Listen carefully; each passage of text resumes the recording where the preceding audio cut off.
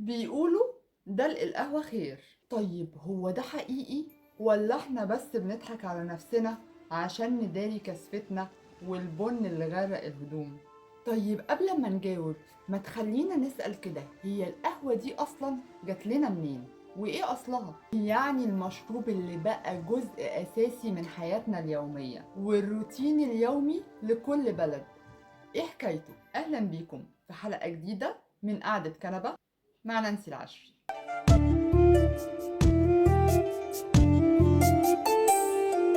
الأسطورة بتقول إن الحكاية بدأت من أثيوبيا. كان في راعي غنم اسمه كالدي أو خالد، كل واحد على حسب نطقه. في يوم من الأيام فجأة لاحظ إن المعيز بتاعته عمالة تنط ومفرفشين جدا لما بياكلوا حبوب معينة. فكر كالدي وقال استني كده يا معزة، أنا عايز أشوف حكاية الحبوب دي إيه، أنا كمان لازم أجربها، أكيد فيها سر.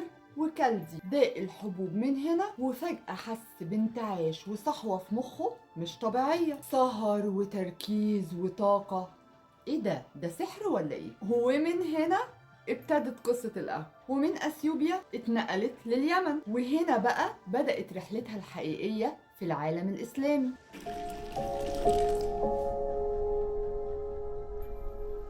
ولو هنتكلم عن أول ناس حبوها بجد كانوا الصوفيين. ليه يا ترى؟ لأنهم كانوا بيستخدموها في السهر والذكر والعبادة. القهوة بالنسبة لهم ما كانتش مشروب عادي أبدا، دي كانت وسيلة بتقربهم من ربنا، والله زي ما بقول لكم كده بتخليهم مصحصحين طول الليل وهما بيصلوا، وبتديلهم تركيز عالي قوي. ومن اليمن القهوة ركبت البحر ووصلت للحجاز وتحديدا في مكة.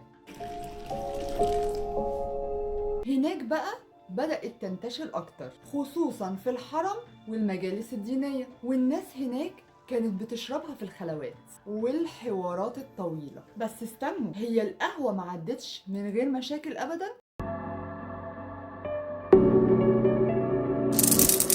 لا يا سيدي، تعال أقولك.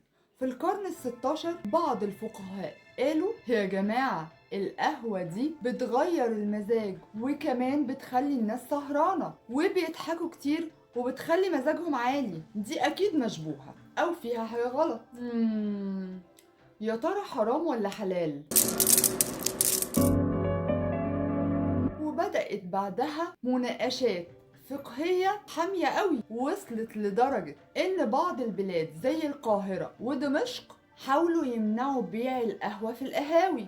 قالك القهوة دي بتجمع الناس، والناس لما بتتجمع بتتكلم، ولما بتتكلم بتقول كلام مش دايما عاجب السلطان. بس في النهاية القهوة كسبت الجولة. العلماء اتدخلوا وقالوا إنها مش خمر ولا حاجة، وإن مفيش منها ضرر، بل بالعكس دي بتنبه العقل يا جماعة وبتساعد على التركيز. ومن وقتها بدأت القهاوي تنتشر في كل حتة في العالم الإسلامي. مثلا في القاهرة بدأت القهاوي في المناطق الشعبية، بقى فيها طاولة وشيشة ونرد ومعاهم فنجان القهوة المظبوط. أما بقى في دمشق وحلب كانت القهوة أساس المجالس، وبعد كده اتحولت لطقس اجتماعي. أما بقى في اسطنبول اللي هي بنقول عليها القهوة التركي وأصل القهوة، واللي ده أصلا مش صح، العثمانيين حبوا القهوة جدا وافتتحوا أول قهوة خانة. ومن هنا بقى في مهنة اسمها القهوجي، ودي بقى المهنة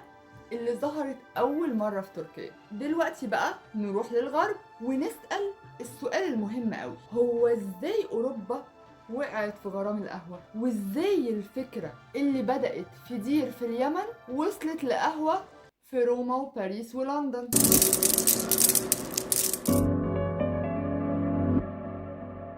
اللي حصل باختصار ان اوروبا اخدت فكرة القهوة من العالم الاسلامي. ازاي؟ زمان لما العثمانيين كانوا بيوسعوا الامبراطورية بتاعتهم وصلوا لبلاد كتير قوي في اوروبا زي البلقان واليونان واجزاء من النمسا، والمعسكرات العثمانية كان فيها دايما بن وتحميص وناس بتشرب قهوة في كل وقت. الناس في اوروبا شافوا المشهد ده واستغربوا قوي. الاول قالك ايه المشروب الاسود اللي بيشربوه ده، لا ده وكمان ريحته حلوه قوي. وبعدين شويه بشويه بداوا يدوقوا ولقوا ان الموضوع مش هزار ابدا، وبداوا ياخدوا الفكره وفتحوا اول مقهى في اوروبا في فينيسيا البندقيه سنه 1645. وكان التجار الايطاليين اخدين البن من المواني الإسلامية. ومن هناك بقى يا جماعة القهوة عملت انقلاب. فرنسا مثلا قالك لا احنا نعمل كافيهات شيك ونحط فيها موسيقى هادية وناس سياسيين وفنانين.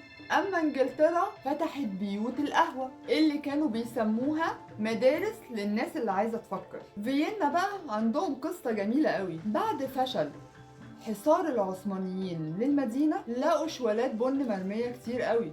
قالك بقى نحمص ونجرب، ليه لأ؟ ومن هنا طلع مشروب جديد خالص ومعاه اختراع جديد اسمه الكرواسون. ليه؟